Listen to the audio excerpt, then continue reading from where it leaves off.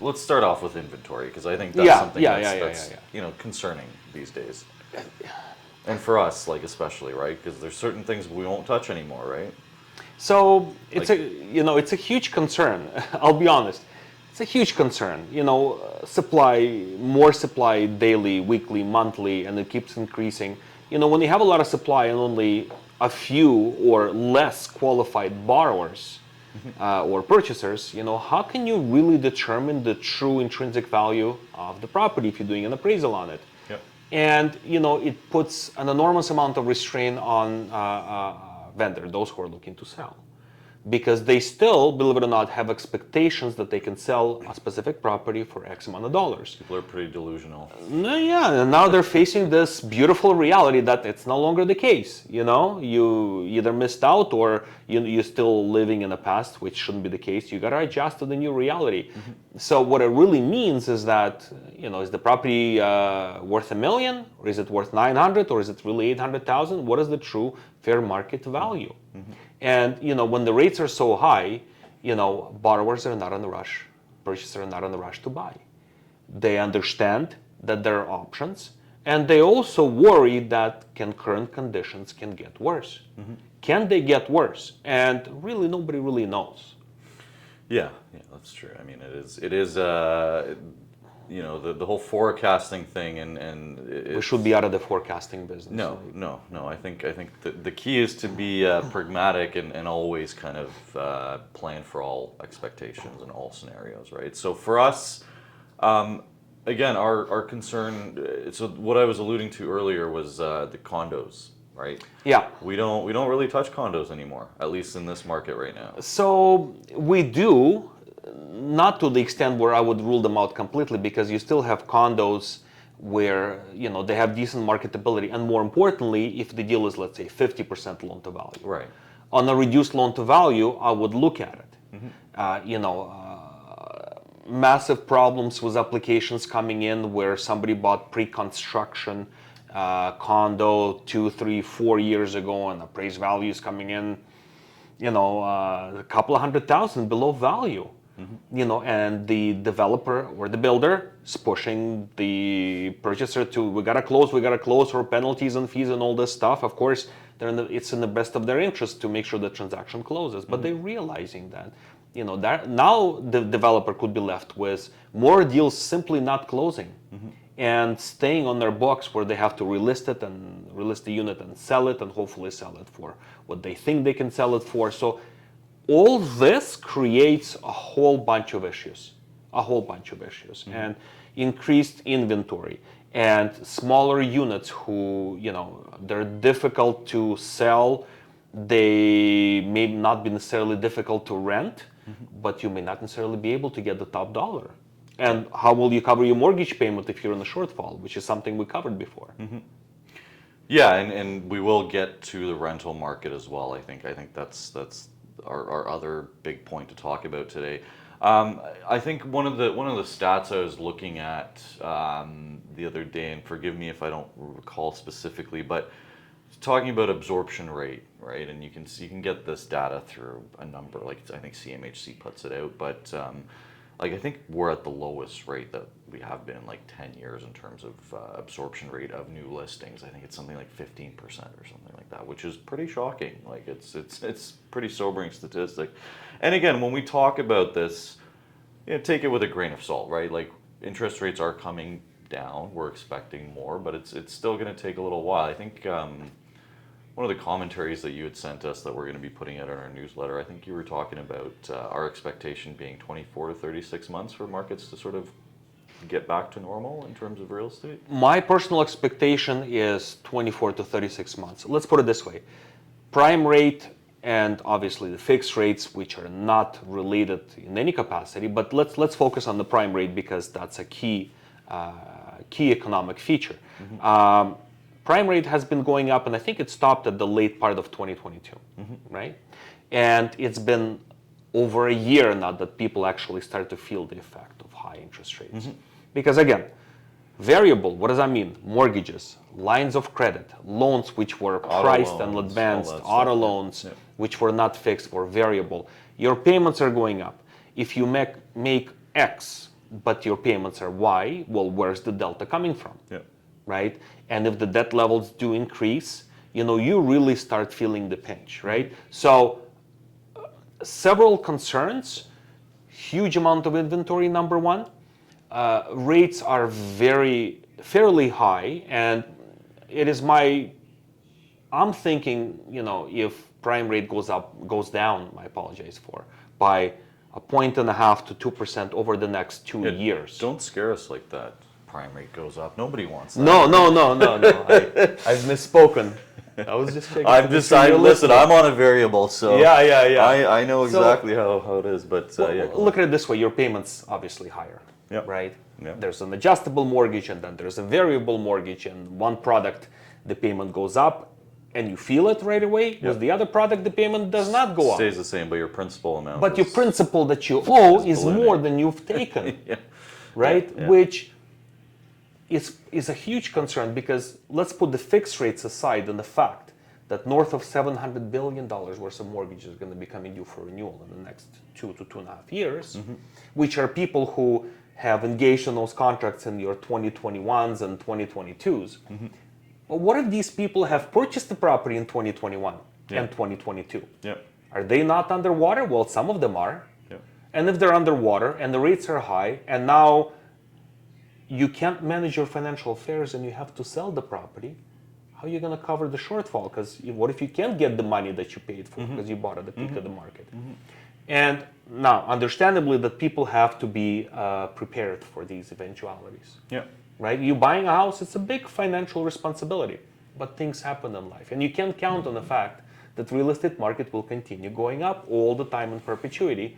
There's cycles. Yeah, there's cycles to everything, and I mean, I follow some being a millennial here. I'm a frequent reader of some of the subreddits in Toronto real estate and things like that. Even though a lot of it is just people kind of talking about wishy-washy subjects, but one of the things that I keep seeing on there is people posting reports from House Sigma, somebody having bought a property, like you say, a buyer in 2021, and now they've sold it in 2024 for $200,000 under 10%, 15% less, right? And I'm seeing this more and more of these posts where, as you say, buyers are underwater and obviously they can't refinance, and they're taking haircuts of hundreds of thousands of dollars, and it is worrying.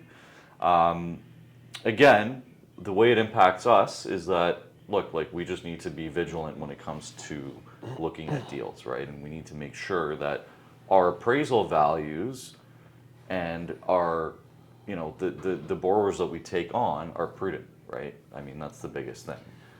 Look, we were lending in 2022 and 2021 just like everyone was. Yep. And even keeping the LTVs at loan to values at 65% or 70 at that time, because market was super hot. Yeah. A year later, your perceived loan to value in your portfolio could be 80%. Well, these are things that you have to work with. And thank God for us, because we were conservative, we basically exited most of our borrowers out of the situation.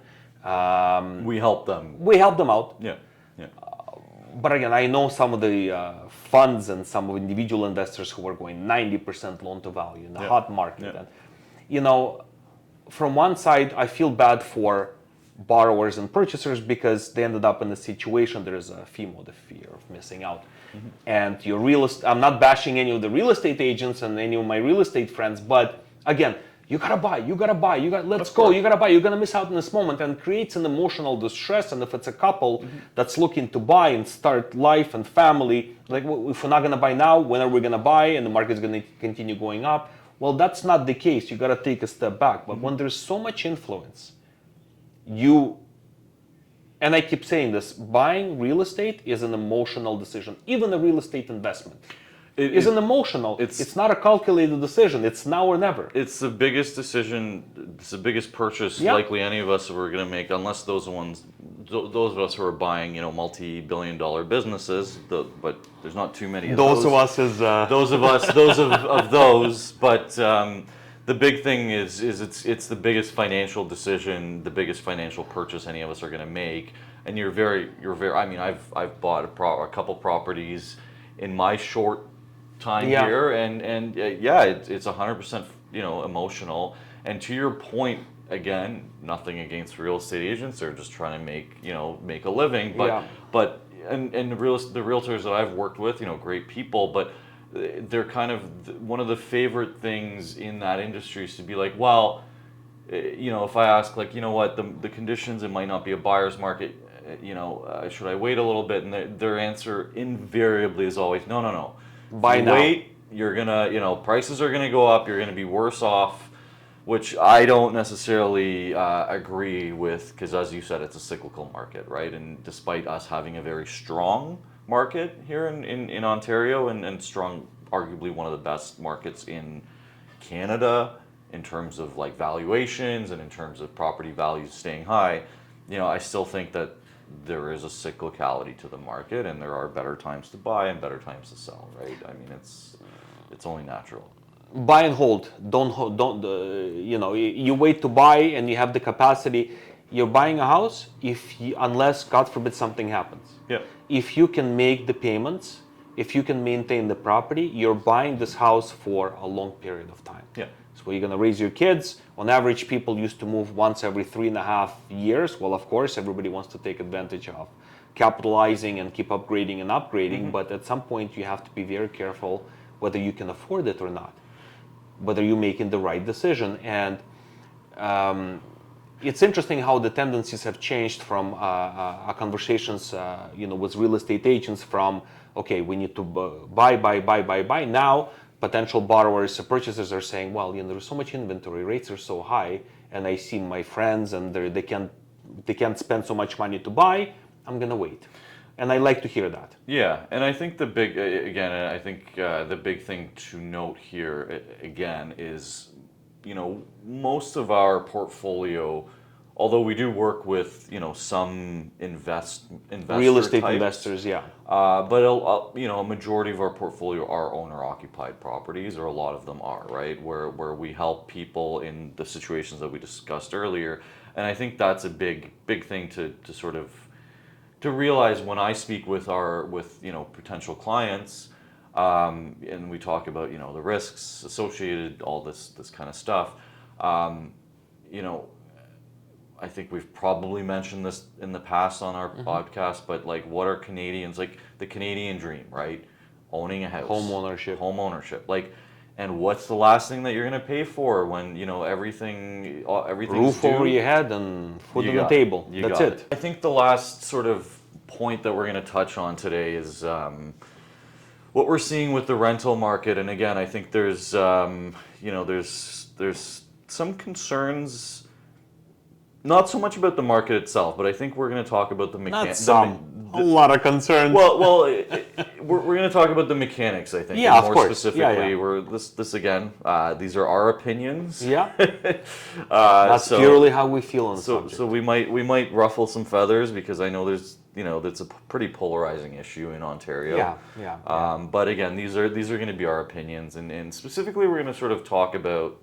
I'd like to talk about making a comparison between sort of tenant and what type of protections they have in Ontario versus homeowners, and what types of situations that they might face, and what sort of really grinds my gears, if you will. And again, I've been in both situations. I've been a tenant. I've been, I'm a homeowner now. I have been a landlord as well. Again, not a landlord for a multi-housing unit or anything like that, but I've rented out my property in Toronto for a number of years when I needed to. And again, specifically what I want to touch upon, and what I think is sort of ridiculous, and one of the reasons why I don't particularly want to be a landlord ever again, at least until things change, is the way that there's a little bit of a disparity between what laws, what rights you have as a tenant versus what rights you have as a homeowner. And you know what I'm alluding to. Huge problem. I have own several real estate investment properties that I've sold, and I still have some that are tenanted. So look, when it gets to the little that I know about the Tenants Act and the nature of real estate investing, you're renting a property from an investor, from someone who bought that property. That individual is paying a mortgage, your property taxes, right? Other things around the house, where the tenant, for the most part, is covering rent, utilities, things to make sure that the property is well kept. When it gets to tenants, I feel that these days, and there are a set of circumstances, and then there are rotten apples. When people start taking advantage of the system, and specifically being tenants, it's a huge issue for me, moral issue for me. And I know that people don't really care, right? But I carry that mortgage. You don't pay me, like you just stop paying rent, and no life set of circumstances, you just stop paying, right? Because you know how to play the system, and you know that by the time I get onto the tribunal, it will take a year or longer. But in the meantime, I have to pay my mortgage. Because if I go into default, there's going to be power of sale. I don't want to lose on it. So that's exactly what I was getting to. Like, I mean, to me, it seems sort of ridiculous. And again, we're not, because it's a very polarizing issue, right? Because we're like, well, you shouldn't feel bad about, for the investors or the landlords because they have money and all this stuff. And like, no, it's an assumption. We're not talking about that specifically, but let's talk about it specifically. What boggles my mind is, again, what you're talking about is, as a tenant in Ontario, you can stop paying your rent, and the landlord can't kick you out. You're not getting away scot-free, I just want to make sure. No. But you're buying yourself probably good 16 months before you get evicted. And the problem is tribunals are overbooked with cases. So by the time your case gets heard as a landlord, it's going to be, I don't know, another couple of months. So in total, this could last 2 years or longer. I don't know. The question is, again, as an investor, I have to maintain the property value. I have to live through a very uncomfortable moments where real estate market is not going up anymore. I question the viability of the entire project. Once it's said and done, the property could be left in a horrible condition. Absolutely, Right? I don't know the condition of the property. I can't just go in. I can't just change locks. So I could be left with tens or hundreds of $1,000s worth of repairs.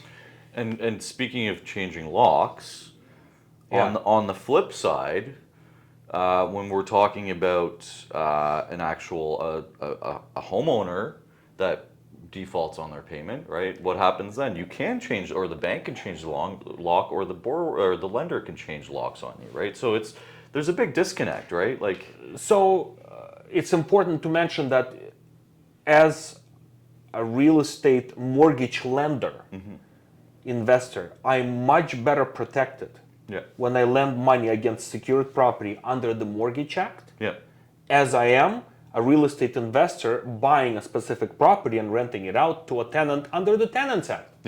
Exactly. Right? So obviously I would default more towards mortgage lending than I would towards real estate buying. Now, we see opportunities. Real estate market has shifted downwards. And when it does do that, naturally you think, maybe there is an opportunity to capitalize and I can buy cents on the dollar on a specific property. But I buy it, and then I rent it out, and then I rent it out to someone who stops paying. And now I'm completely, my hands are in handcuffs, right? For 2 years or so, there's nothing I can do about the property.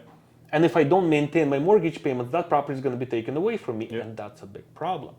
So the biggest concern, to your point, is real estate investors are not adequately protected when they buy real estate to rent it out. The dream of cash flow and positive cash flow, well, when you start really looking at it and analyzing it, other than the hype, is like, I can have 10, 15, 20, 100 properties, and I can buy this and refinance that. Well, let me tell you that the cases that we see of real estate investors making these moves now stuck. Some properties are not generating income because their tenants are not paying, but also real estate prices are down, so you Yeah. can't recapitalize anymore. So you got to be very careful. So by default, under the Tenants Act, real estate investors are substantially less protected than they are as the mortgage lenders. Yeah, yeah. And when you say real estate investors, really, it's buyers, like it's property owners, right? It Yeah. doesn't, you don't like, because again, I just want to make clear, like it's not just because there's a lot of negative connotations to real estate investors in Canada, and there's been a lot of, especially foreign investors, right? Like we've always heard a lot of bad things in the media about foreign investors, and the driving prices up, and we're not commenting on that specifically, but Which is really no longer the case because of changes in taxation and Yeah. capital gains, I'm specifically referring to. Yeah. We've seen a massive outflow of capital. We have, yeah, yeah. And again, like, just getting back to it, like, can you imagine if that changed? Like, what would that do to our market? Like, because I think it would, I think that would be one of the biggest sort of injections back One of into the biggest market. drivers. Yeah, if all of a sudden, the Tenant Act was a little bit more aligned with what the Mortgage Act is like in terms of like, hey, if you don't pay your rent, like, there should be a timeline on when you're out of there and you're allowed to get it. As a landlord, you're allowed to kick people out. Like it should be the case. Again, for certain situations, I'm not talking about a mother that's lost, her job and There are always set of circumstances. that makes sense. But yeah. at the end of the day, we gotta make sure that we look at both sides. I get it, and it's compelling and it makes sense. But remember, on the other side, you have a real estate investor, an owner of that property, Yep. who needs to come up with monthly payments every month and making an assumption, oh, they're an investor and they have more money. Yeah. Well, you don't know what their life circumstances are. They also have hopes and dreams. And what if they don't have that money? And now there's no money coming in, but a lot is coming out. So it has to be on both sides. It has to make sure it's convenient for both. Yeah, I mean we live in a capitalist system, right? We shouldn't. And it has to be capitalist. We shouldn't. Yeah, and we shouldn't be favoring certain circumstances over others. And again, to your point, it's this is our system. This is what we live in. So it doesn't make sense to me. Again, I'm all for social programs and things like healthcare and social Yeah, aid, and of all course. of these things are very, very important. But to me, it's just like it really, like I said, it just really just doesn't make any sense for this particular. It's a huge part of the real estate market and the driver of real estate market, right? We talk about rental, The marketability prices of it. and all that, yeah, and like it just doesn't make any sense to me. And the problem is that if I don't have the confidence, that let's say I think, okay, well, I'm gonna buy this obviously for opportunistic causes and purposes. Remember, I'm buying a house. I have to pay land transfer tax, come up with all kinds of closing costs, down payment. I have to freeze that down payment in hopes that maybe there's a potential for capital appreciation and somebody stops paying that rent. That destroys my confidence in doing this again. I have some stories where people basically have gone through the 2 years of eviction and received the property in devastating condition. I had to come up with an extra 200,000 just to fix it up and sell it. Ended up with a huge loss and said, I will never do this again, never. Yep.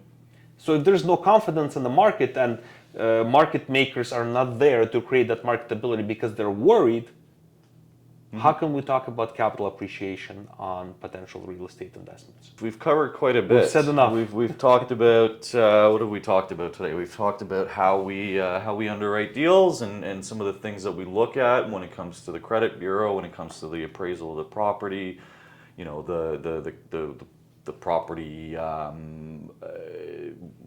What it looks like inside is one of the big things that we The look deal at. flow, how deals are coming in, the steps we take to review those deals and what's important to us, and Yep. how we make sure that it's a win-win situation and it's a purpose-driven transaction, and how we protect our investors and how we serve a good purpose for our borrowers. Yeah, and I think that's a big thing. I think again, it's important to know. Like a lot of companies will say that obviously we do good, but look, like we really do try to do good, right? And I think that's one of the things in that's a little bit rare in the investment industry, right? Especially when you Yeah. think about alternatives, like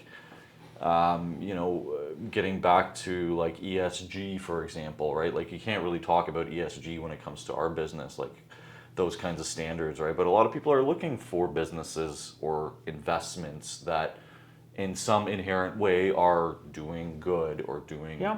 a service to their market that they're serving. And again, I think for us, like, it kind of feels nice to do something and to help a particular family or a particular borrower get out of a hole in terms of debt or something like I that. think it's right? important to note that, especially for us when we started this business as former brokers, two things were important. Of course, we're in business to make money. But what do we bring to the marketplace? Are we helping solve a problem, right? So the mission statement is we're in business to provide creative financing to help borrowers achieve, I'm not afraid to say this, financial independence, because financial independence is many things to different people, but pull people out of a difficult situation and get a specific good rate of return for our investors and make it a win-win situation is a way to make money and to provide meaningful stuff. Yeah, yeah, absolutely. Awesome. Okay, so I mean, hopefully everybody enjoyed our little spiel today, and we'll be back again next month with episode number 5, and hopefully we're getting better and better at this, right? Hopefully we are. I Excellent. certainly hope I am. Well, thank you everybody for tuning in, and thanks for listening, and thanks for your time. Denis and Oleg signing off. Signing off.